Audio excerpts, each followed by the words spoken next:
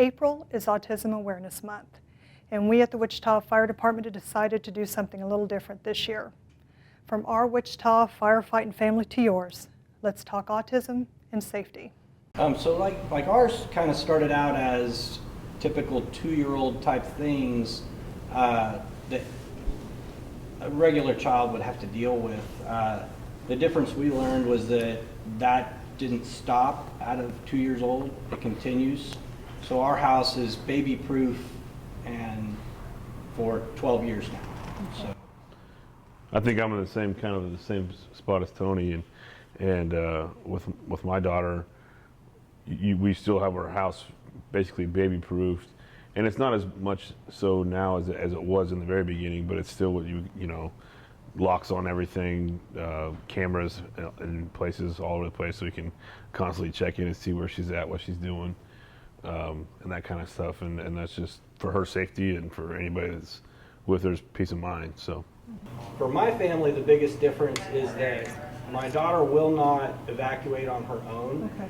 And I have a high school age son who's protective, so now he has tried to take over a role of getting her out. And so family discussions of what to do in an emergency have had to come up on how do we get our daughter out of the house, where her son's role in that is, and what responsibilities he has. So the practice of that and the talking to eliminate the what's the word I'm looking for, to alleviate the hysteria or the panic, so everybody knows the plan for her, because she will not leave on her own. She can't. your audible smoke alarms are there for a reason, and that's to notify you, alert you, so not only you or your child or whoever you're caring for with the special needs, but having those alarms notifies everyone. So you can't help them if you haven't been notified. So I would say never disconnect or move a smoke alarm that you think might bother your kiddo. You know, and lots of kids on the spectrum and not have sensory processing disorders, and so that is something you have to deal with. But it's gonna take care of what it's supposed to do, and that's alert them or make them move. And if they're not connected, they're not going to alert anybody. So that's not something I would recommend. Well, I mean, that's a interesting thing. We've talked about ours where that if our rooms are on one side of the house where the hallway goes, and if that area is cut off, then right away it's go in my daughter's bedroom and shut the door, and she has a large window that everybody can open and knows how to unlock and go out that way. But I mean, like everybody else, it's let's get out when the alarm goes off right away and go straight out the front door. Yeah. Which is, I mean, the same plan versus whether it was a daytime or nighttime. It's if the hazard blocks off the egress from the bedrooms, just like everybody else, all right, we're going to shelter in the room and go out a window. So shut our door and then try and evacuate the window. So. Yeah, and to drive from the point of sleeping with your doors closed, or however it would be. Brecken particularly likes to have the doors closed all the time anyhow, so she closes the door no matter what day or night. She likes the doors closed. So when if there was a fire between her room and the front door or the back door, whichever way we're going, the door would be closed. And the good thing about citizens living in Wichita is we're an aggressive department that does do vendor search, and we're coming for you. We're coming to get your kid, whether it be through the window, through the front door, however, we're going to be there. Yeah, and that's actually what we've talked about, is if we aren't in the house and we know she's in her room, telling the first crews that that's a vest room, she's nonverbal and can't walk. Yep. Yeah. But she's also easy to carry. Go in and get her right now. Yep. That's the benefit of being a fireman and knowing what a vest or vent enter search is. So we are immediately telling the crews pulling up, this is where you need to go right now. Yeah. For them to be kind of back out of the way, out of the crews operating on scene, but being available and really conveying the message to the first crews there that, hey, I have a special needs kid here. They're not going to respond the same way that a typical or neurotypical kid might. And I think most of the guys and most of the crews here would know that this is kind of the subject matter expert in this, and they're going to help me help that kid. And so just lay it out there right away as, hey, I got a nonverbal kid or a special needs kid. They're not going to react the same, but I'll be right here if you need my help. Send them towards me, that kind of thing. So, but I think there's always opportunity for growth outside your normal box. You know, take a class or do something about dealing with people with developmental disabilities or things like that. You know, everybody, even as a parent, I could take a few classes on what to do, how to do that. You know, it's not easy. But that's been that's been talked about. At least benefits having members in the department that have these kids. We talk about it with our crews, and when we're out going on calls, we are around other special needs people, and that's a conversation that happens at the kitchen table about what do we do, or when we're out training and teaching young recruits about it. We talk about that stuff because those are real high opportunity vests or rescues that you're going to have to deal with. So I think that the benefit is that as the community's gotten more comfortable dealing with talking about it, and then crews that have members that have a kid, I think there's a lot of that's been going around I think so. better. I think for us, and I'm just speaking for myself, but more empathy for calls that we're on, because we can kind of put ourselves in someone else's shoes, and it's not just something we've never been exposed to. Yep. So, Personally, I think just like parenting any kid, you're constantly trying to figure out what you're doing, and so we looked at all kinds of different books and resources, Facebook support groups, all kinds of things.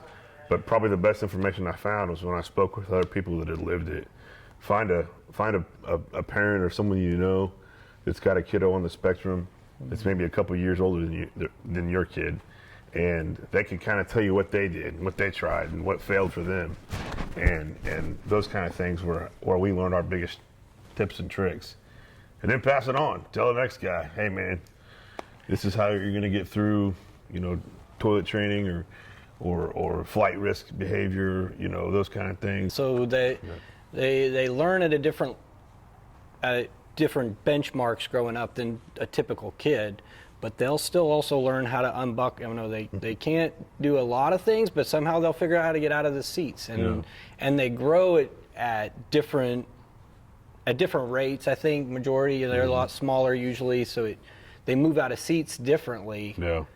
And which is good and Because bad. their size and their weight. And Yeah, and so that's kind of it's a hard thing to do, but you can teach them. It just takes longer to tell them, to get them to not get out of their stuff. And even then, it's a constant workout. Yeah, a lot of because repetition. lots of and it doesn't practices. stop. The reps have to keep coming. We ended up having we sat Brecken in the third row in the middle in the back because she would want to roll the windows down, open the doors, you know, and if you didn't have all the child safety locks on, she could open the door on Kellogg, you know, and she might do that. But one other thing we did find, and I can't remember the name of it, it's on Amazon, but we still use it, is there's a little lock that goes over the seat belt that so they can't push the button, because she would the minute that she was out of a 5-point and then into the booster where it's just a seat belt.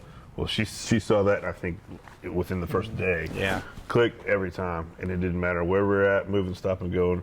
And for the longest time, we had to put that little lock on her seatbelt so that she couldn't get to it. So they also, and they have too, which what we have is for your shoulder strap. There's a cover that goes on it that has all the information for our daughter, so that if we are into a wreck, we can't talk. When the rescuers get to it, they can see that and say, okay, this is a nonverbal child that's not going to react normal to this situation, whereas my daughter feels virtually no pain at all. Yep. So she could be laughing and doing the wrong response to this because she does different responses for typical what a typical response would be. So we actually have that on there so that they can say, okay, she's laughing, but she might actually be very hurt, and she's not going to talk, and she's not going to use real correct movements with her body. So helps the first responders, and then Just to show kind of how autism is so different in each one. We have the same thing for my daughter, and because it was something different, it was something in the way, she ripped it off immediately. She wouldn't do it. We have them; they're in the car, but she would not leave those on the seat belts, for no matter where we put it. So we actually had that conversation, my family, because my daughter looks normal, so people could think she's normal or potentially as somebody that someone could come after because there's bad people. So do we want to, we talked about put a vest sticker on to say fireman vest this or what, but on the other point of that is, so now everybody can see this person can't talk, can't ask for help. Makes her a target. Makes her a target for a lot of people. So it's, I guess personally for myself, I'm not a fan of them. For that exact reason is that you're telegraphing to the whole world that there's someone in here that may not have the same capabilities as somebody else, and it makes them a target because there's bad people out there. I kind of said earlier, you know, fortunately living in Wichita and having Wichita Fire Department here, I know that the guys are coming. They're coming for that window. It doesn't matter if there's a sticker on there or not. If that's a searchable space, we're going to go in and get it. So that's where the peace of mind I have, living it, working it, breathing it, doing it. So personally not a fan of the stickers, but that's each person has to make their decisions, make their choice. Absolutely, we love visitors, you know, especially kids. Yeah, little kids is a great time. You know, anytime you can get the exposure to the guys, the trucks, they might hear the noises. You know, if they're lucky, they'll see us pull out of here and go into a fire or something. But any gear, I mean, that's a big thing of showing the transition if we're still the same person. Yep. And so we can kind of go through it, and so absolutely, you know, stop by, make an appointment, do whatever you got to do, but come down and just give them that exposure. It's like anything. The more you get them exposed to it, the more you kind of break down the barrier that they have or that we have, then we can make some progress, and they can feel comfortable or more comfortable than this is the first time they ever saw them was when someone's coming through their window. You know, so absolutely bring them by. I'm just glad our department's kind of thinking of it. I mean, yeah. I think it's very cool, and I appreciate you guys setting this up and coming out here today. Especially if those crews that we haven't talked to or don't know us, they didn't know we had autistic kids, you know. So, but there's three of us here, and I guarantee there's a lot more on the job. You know, there's three of us today, but there's a lot more, and so it's good to kind of talk about it, get it out there, and spread a little knowledge.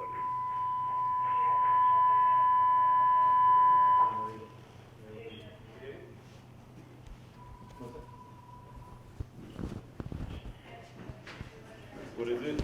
48. All right.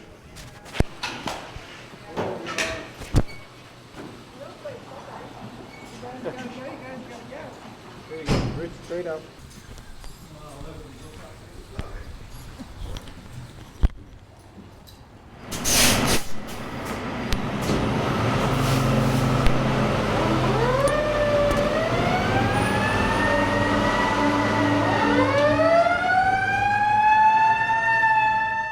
First off, a big thank you to the firefighters that took their time out to sit and talk with me and answer some of the questions that I had. And for you, you might have even more questions. We just touched the tip of the iceberg when it comes to autism and safety. If you have any questions, you can contact the Wichita Fire Department at 268-4441. And if we don't have the answers, we can sure get them for you. And for those that have questions about car seats and safety, you can contact Victoria Chandler with Safe Kids at 268-6760. I am Lieutenant Shannon Ward with Community Risk Reduction for the Wichita Fire Department, giving you the information you need to protect you and your family. Stay safe.